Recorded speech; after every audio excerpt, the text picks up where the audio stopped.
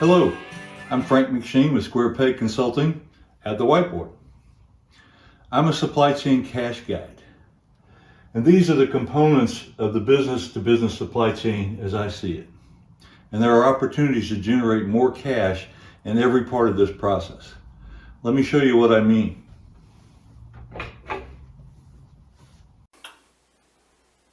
Hello, our session today is going to deal with an aspect typically associated with the make process in our supply chain operations framework. And it's a technique to generate more throughput, which generates more cash, more output per hour, per time period, more cash. It's a technique called line balancing.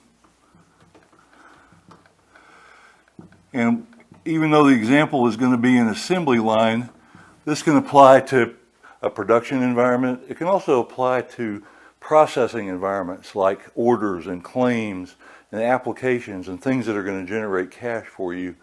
You can increase the throughput on those as well. The starting point is always what we covered in an earlier session called takt time. So that's the time in which I have to complete something or produce something to meet my market demand. It's not how fast I can go, how fast do I need to go to meet the market demand. In my example, it's a client I work with, a medical device company, who had been kind of a mom and pop shop making and selling about 1,000 units a month. They got connected with a big distributor to some big box stores, and all of a sudden volume orders went up to about 10,000 a month. Well, it just so happens that on a one shift basis, there are about 10,000 minutes of available time in a month, a little more than that. So their takt time to meet the 10,000 per month requirement was 1 per minute. They had to produce one final product ready for sale every minute to meet that 10,000 requirement. So what we did was we went back to the steps. There were about 5 steps in the process to see how long does each step take.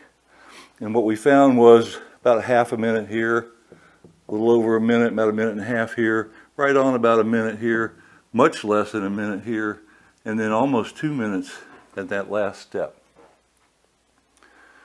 And as you can imagine, you can't take any more than this time at any step in order to meet that goal at the end. The 1 per minute requires that every step be at or below a minute. And what was happening was this person would get their work done pretty quickly. It would pile up in front of this person, then it would come back down a little bit here, it would really drop off, and then it would all pile up right here at the end, waiting to go to the warehouse to be shipped. So we went through and tried to identify what are the individual activities that would take place here, and what can we rearrange or balance so that we keep each step at or under a minute. So we took some of the activities here, moved them here, and a bunch of the activities here, moved them here.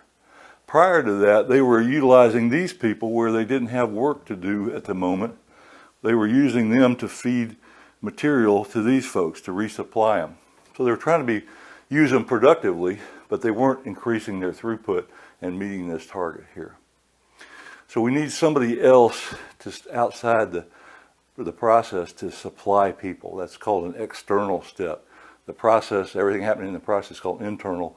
We need somebody external to start resupplying people and let them focus on producing the product under a minute in each step. So that's how we balanced this. So each one came out at or under a minute. Throughput went up almost instantaneously. We were able to start hitting our targets, the 10,000 per month.